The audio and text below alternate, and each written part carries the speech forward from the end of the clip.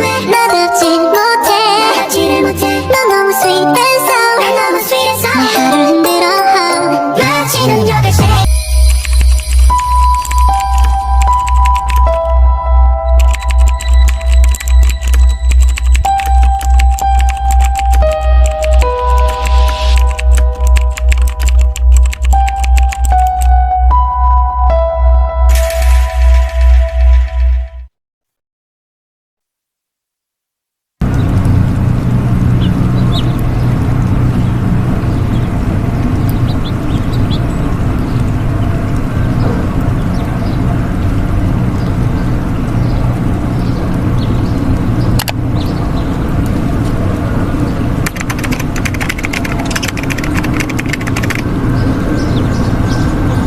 Ketimpangan ekonomi yang terus meningkat menjadi permasalahan penting yang memengaruhi pertumbuhan ekonomi nasional. Sebuah penelitian mengungkapkan bahwa di Indonesia anak yang tumbuh dari keluarga miskin cenderung memiliki pendapatan yang lebih rendah dibandingkan dengan orang dari keluarga tak miskin. Berdasarkan data Oxfam, kekayaan kolektif 4 orang terkaya di Indonesia senilai 25 miliar dolar Amerika setara dengan kekayaan 100 juta orang termiskin.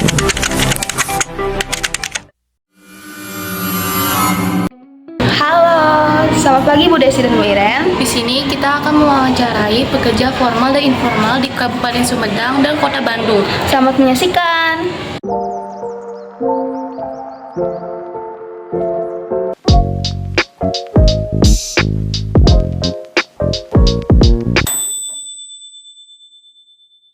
Siang Pak.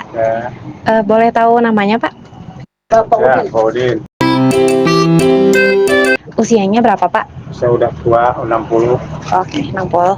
Pekerjaannya sebagai apa Pak kalau boleh tahu? Jualan kayak gini. Jualan apa? Warteg ya? Ya, Iya. Lulusan apa Pak terakhir? SD. SD. Oke. Berapa tahun udah bekerja sebagai tukang Ya, warteg? udah 40 tahun. 40 tahun. Tantangan sama bekerja apa Pak? Hah? Tantangan. Sebelum kerja, sebelum apa? Pas lagi kerja tantangannya apa? Ya, biasa-biasa aja. Enjoy. Nggak ada tantangannya? Nggak ada. Nggak ada. Cuma jualan doang. Oh, jualan. Jadi laku nggak laku Ya, sama aja, biasa ya, aja. Enjoy aja. Gaji selama sebulan gaji bersihnya berapa? Pendapatan? Pendapatan, ya sejuta setengah lah. Sejuta setengah. Ya, per bulan. Kan sekarang tuh ada zaman modern ya Pak, zaman yang lebih maju. Dampak ke jualan ibu sama bapak? Agak sepi sedikit, ya, agak kurang. Ya. Makasih ya Pak, Ya. makasih Bu.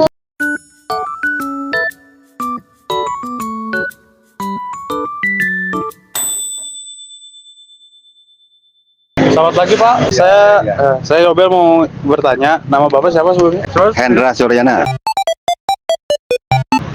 pekerjaannya sebagai apa Pak? Ya, sebenarnya dagang aja lah. Dagang aja. Ya, sambilan. Bapak lulus sekolah tahun berapa Pak? 82 dari, 82. dari STM, Dari STM Elektro. Terus tantangan selama bekerja apa aja Pak? Jadi gimana ya? Kalau dagang kan kadang sepi, kadang rame. Ya gitu aja lah tantangannya mah. Tapi disyukuri lah apa adanya. Rezeki ya kita terima, nggak ada ya mungkin kita berjuang gimana lah supaya dagangan ini habis dah gitu. Terus gaji atau pendapatan Bapak selama sebulan kira-kira berapa? Kalau sebulan ya tinggal kaliin aja. Dari saya 150 ya. Berarti kali tiga lebih lah gitu. Kurang lebih 3 lebih lah. Dampak modernisasi dalam pekerjaan Bapak ini apa Pak? Aduh, kalau dampaknya sih emang tergantung pembeli lah gitu, Pembeli juga minat-minat kurang gitu ya? ya gitulah. Makasih ya Bapak. Iya sama-sama. Selamat sore. Saya izin wawancara untuk memenuhi tugas ujian praktek. Perkenalkan, nama saya Felicia Septiani. Namanya siapa? Salam kenal, Feli, nama saya Nita. Usianya berapa? Saya saat ini 22 tahun. Pekerjaannya sebagai apa? Saya seorang karyawan swasta di perusahaan tekstil dan saya jabatannya sebagai marketing. Lulusannya lulusan apa? Saya lulusan sarjana S1 Hubungan Internasional. Mulai tahun berapa kerja? Saya lulus bulan Juni 2024 dan bulan Agustus udah mulai masuk kerja. Tantangan apa selama bekerja yang dialami? Pertama pasti ketidaksesuaian pekerjaan sama jurusan ya. Pasti rata-rata orangnya kayak gitu. Satu itu jadi beda bidang ilmu sama apa yang kita pelajari di sekolah, di kuliah sama bidang pekerjaan. Satu itu. Kedua, ya layaknya pekerjaan di mana-mana ya, apalagi pekerjaan dalam suatu sistem yang formal kayak gini. Kita dituntut untuk segera bisa dalam waktu sesingkat-singkatnya. Nah, kendalanya. Dan biasanya tuh orang itu nggak mau terlalu membimbing kita. Gaji selama sebulannya berapa?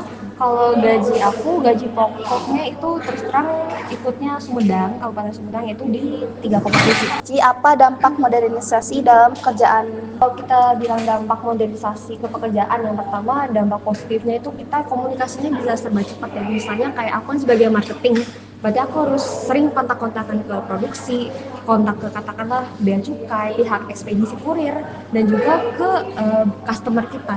Kalau misalnya kita sekarang punya internet, punya gadget kan bisa lebih cepat gitu. Terus kalau misalnya kita konfirmasi merchandise yang kita jual itu wujudnya seperti ini loh, untuk ke buyer itu lebih gampang, jujur aja gitu. Jadi semuanya lebih serba cepat lah temponya. Akan tetapi sisi minusnya adalah oleh karena kita lebih modern, kita dituntutnya kerjanya lebih cepat, hasilnya lebih cepat. Selanjutnya, apa harapan pemerintah untuk kemajuan ekonomi ke depannya? Yang pertama dari sisi pemerintah kan biasanya dia bikin banyak kebijakan. Yang pertama seperti yang kita ketahui kan dia suka naikin pajak pertambahan nilai seperti itu. Jujur aja sebagai marketing yang formal kayak gini tuh adanya pajak-pajak dan tarif-tarif itu ngaruh juga ke harga merchandise kita dan juga ke pembelian kita. Bisa jadi oleh karena ada tarif atau pajak yang lebih tinggi daripada langganan yang kita biasa jual, jadi orderannya di cancel atau profit kita itu semakin mengecil. Jadi saya harap tuh pemerintah bisa ngatasin hal itu. Satu.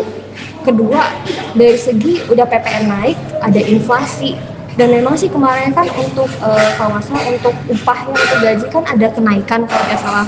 Akan tetapi menurut saya itu agak percuma ya kalau gajinya upahnya naik, UMR naik, akan tetapi ya pajaknya pertambahan nilai juga naik, sama aja bohong. Kedua itu. Nah, ketiga kan mungkin kita udah sering tahu bahwa pemerintah kan ada undang-undang baru, ada peraturan-peraturan baru. Misalnya apa? Misalnya tentang ya pengaturan upah gitu, dan saya rasa itu kebanyakan peraturan undang-undang sekarang itu lebih memihak ke para pengusaha, tidak memihak ke karyawan-karyawannya, apalagi karyawan seperti buruh, pekerja part-time, pekerja kontrak atau non-ASN. Itu menurut aku. Jadi menurut aku pemerintah lebih bijak lah lihat realita di lapangan dan lebih memihak ke rakyat kecil, jangan mihaknya ke wira swasta aja. Memang sih wira swasta kan bawa profit ya, bikin lapangan pekerjaan, tapi nggak semuanya mereka harus dibela. Selanjutnya, apa gaji sisi dapat memenuhi kebutuhan sehari-hari atau hidup? Di Indonesia kan banyak pekerjaan atau profesi yang bertujuan untuk mendapatkan atau memenuhi kebutuhan. Tapi kadang gaji atau upah seseorang itu berbeda-beda. Menurut Sisi, apa yang menyebabkan perbedaan kondisi tersebut? Aku tinggalnya kan di Sumedang ya, yang mana UMR-nya itu cukup tinggi di 3,7. Tapi aku kan harus biayain keluarga aku. Keluarga aku di luar kota, di Tegal. Di Tegal itu UMR-nya lebih kecil, 2,3. Akan tetapi biaya hidupnya itu hampir nggak ada bedanya sama Bandung, sama Jakarta. Jadi ada ketimpangan antara tempat kita bekerja, UMR-nya berapa, dan siapa yang harus kita nafkahi, itu semua timpang. Dan ya karena perbedaan kondisi setiap daerah ini, harga-harganya beda. Ya satunya itu cukup, dan satunya kita yang nggak cukup. Nah kalau bagi aku sendiri dengan gaji UMR 3,7 di Kabupaten Sumedang itu tidak cukup, walaupun posisinya aku masih single, belum menikah, tapi kan punya tanggungan yang lain pun lepas gitu. Ya kan di mana-mana serba mahal ya, katakan di sini kita sekali makan paling nggak 15.000, belum sama minum. Jadi dengan jujur aku bilang tidak cukup. Sekian, makasih ya atas waktunya.